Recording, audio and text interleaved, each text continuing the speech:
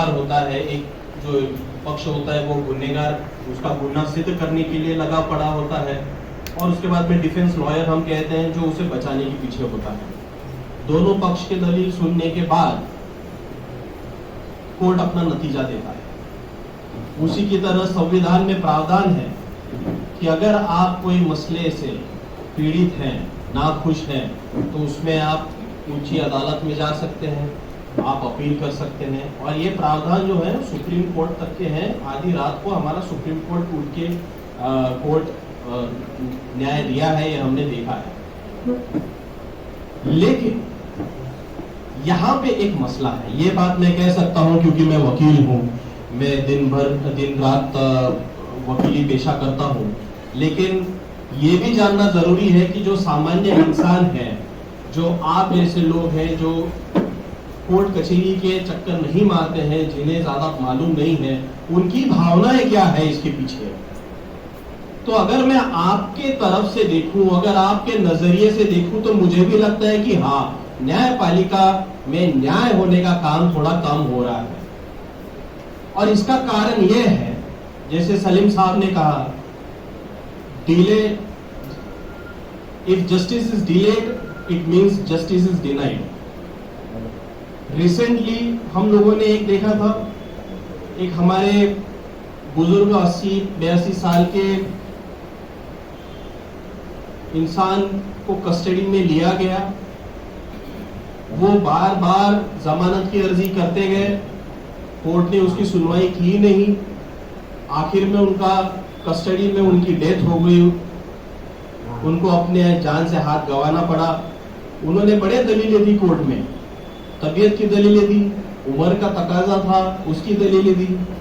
Court ने उसमें सुनवाई नहीं की, उनको रिहा नहीं किया। आखिरकार उनको कोर्ट में ही उनका निधन हो गया। बाद में कोर्ट ने पछतावा जताया कि हम लोग न्याय करने में हमें देरी हो गई। और उन्होंने अपने जजमेंट में यह भी लिखा कि अब हम ये पश्चाताप जो आज हमें हो रहा है वो करके कोई फायदा ही नहीं, क्योंकि जिससे जाना था तो वो तो जा चुका है। लेकिन ये सब चीजें देखने की इसमें हम देखते हैं गौर से, आज ये पूरे मुकदमे को इतने साल हो गए हैं, इसमें अगर कोई जिम्मेवार है तो वो है प्रोसिक्यूशन। जो स्टेजेस होती है, कभी जो गुनाह होता है, गुनाह होने के बाद पुलिस अपना काम करती है, वो उसकी निष्पक्ष जांच करती है, उसके सारे मालूमात, उससे रिलेटेड सारे एविडेंसेस वो जमा करती है और कोर्ट में पेश करती है। फिर सुप्रीम कोर्ट के निर्णय के हिसाब से एक बार मसला कोर्ट में आने के बाद फिर पुलिस का उसमें कोई काम नहीं होता है। फिर वो मैटर चले जाता है प्रोसिक्यूशन के पास, सरकारी वकील के पास। फिर उसके बाद पुलिस उसमें किसी भी तरह का इंटरफेयर नहीं कर सकती।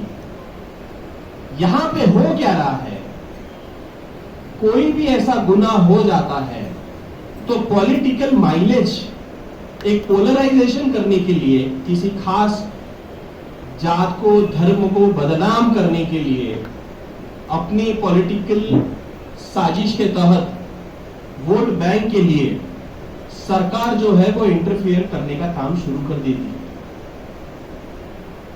जो कोर्ट निष्पक्ष होना चाहिए वहां पे सरकार की दखलंदाजी शुरू हो जाती है।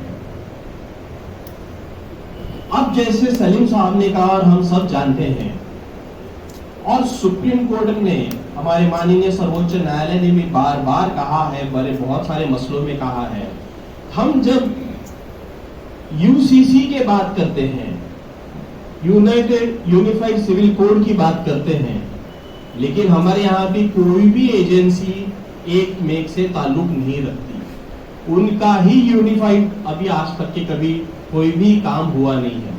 सीबीआई अलग काम करती है, एनआईए अपना अलग काम करती है, एटीएस अपना अलग काम करती है, और ये लोग चाहते हैं कि हम सारे जितने कानून, जितने भी हम लोगों के कस्टम्स है, वो सब एक हो जाए और देश में यूसीसी लागू हो जाए। अब ये जो पूरे इसमें जो भी डिले हो रहा है, ये डिले का जो जिसका भुगतान है वो सिर्फ वो इंसान को नहीं करना है जो जेल के पीछे है, उसका असली खामियाजा होता है उसके बच्चों पे, उसका असली खामियाजा उसको भुगतना पड़ता है वो माँ बाप के जिन्होंने उसकी वो औलाद को पाला है, पोसा है, बड़ा किया है। उनकी बहन होती है, उनकी बीवी होती है, उनके घर के परिवार के दूसरे सदस्य होते हैं। तो ये जो सजा मिलती है वो एक इंसान को नहीं मिलती, ये सजा जो है वो पूरे परिवार को मिलती है। और ऐसे जो मसले होते हैं जहां पे कोई जात धर्म जाति लाई जाती है, वहां पे जो अफेक्टेड पर्सन होता है वो फैमिली नहीं होती, वो पूरी कम्युनिटी होती है, पूरा रिलीजन होता है, पूरा धर्म होता है। और आज हम जो देख रहे हैं वो वही हो रहा है। भले ही 6 लोग 10 लोग 15 लोग जेल के पीछे हो, लेकिन उसका खामियाजा जो है वो खामियाजा पूरा 10 करोड़ पॉपुलेशन 20 करोड़ पॉपुलेशन है वो उसको भुगतना पड़ रहा है।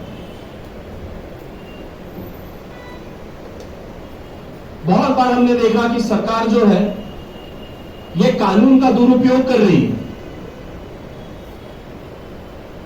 कानून का दुरुपयोग ये जो कोर्ट में हो रहा है वो कहीं तो भी रोकने में हम विफल हो रहे हैं। और कहीं तो भी हम कम पढ़ रहे हैं ये जो सारी चीजें चल रही हैं उसको रोक पाने में। अब जैसे हम जानते हैं कि ये जेल में है, यहां पे ये भी तर्क दिया गया कि ये अब मुजाहिदीन ने किया था और ये लोग नहीं थे। कोर्ट में कहा गया है कि आप जो भी दलील देते हैं वो दलील को आपको साबित करना पड़ता है। अब वो साबित करने में सालों साल निकल जाते हैं। हम भी ये काम करते हैं, हमारा पेशा ही है, सिर्फ क्रिमिनल में नहीं, हम सिविल में भी करते हैं। कोई भी मसला है उसको कोर्ट में डाल दो, बात का बाद में देखा जाएगा, 20 साल लगेगा फिर देखा जाएगा, अपने आप सामने का आदमी झुक जाएगा, वो आपके साथ कॉम्प्रोमाइज करने के लिए आ जाएगा। क्रिमिनल मसले में भी होता है, एक बार डाल दो जेल में डाल दो, जब 1 महीना 2 महीना जेल की आप हवा खा के आएगा तब इसकी अकल ठिकाने पे पहुंचेगी। ये जो मानसिकता है ये मानसिकता गलत है और ये मानसिकता के पीछे है सरकार। इसमें हम सीधा कोर्ट को या खास करके जज को नहीं बोल सकते, क्योंकि जज के सामने तो दोनों दलीलें रखी जाती हैं। मैं तो कहूंगा कि इन लोगों को जो वकील वहां पे रिप्रेजेंट करते हैं उनमें खामी है। हमारे जो मसले होते हैं, जैसे अभी अहमदनगर का बहुत बड़ा कोपर्डी खटला जो मसला था, उसमें हम वहां पे आरोपी की तरफ से थे, पूरा एक मराठा कम्युनिटी लगा पड़ा था। उन लोगों का जो ट्रायल था वो रास्ते पे ही हो गया, मीडिया ट्रायल हो चुका था, फांसी देने की उनकी पूरी कोशिश थी और फांसी उनको दी भी गई। लेकिन उसमें हुआ क्या? बेकसूर उसमें भी जेल में है, वो आज भी जेल में है, लेकिन हम लड़े। नीचे के कोर्ट ने, निचले कोर्ट ने हमारी अर्जी खारिज की, हम हाई कोर्ट में गए, हाई कोर्ट में हमारी अर्जी खारिज हुई, हम सुप्रीम कोर्ट में गए, बार बार गए। हमारा कहना था कि वो जो कैदी है, जो आरोपी है, उनको अपना पक्ष रखने के लिए 3 गवाहों को मंजूर किया जाए। ये जो अधिकार है संविधान ने दिया है अपने आप को बचाव करने का, वो अर्जी खारिज कर दी गई।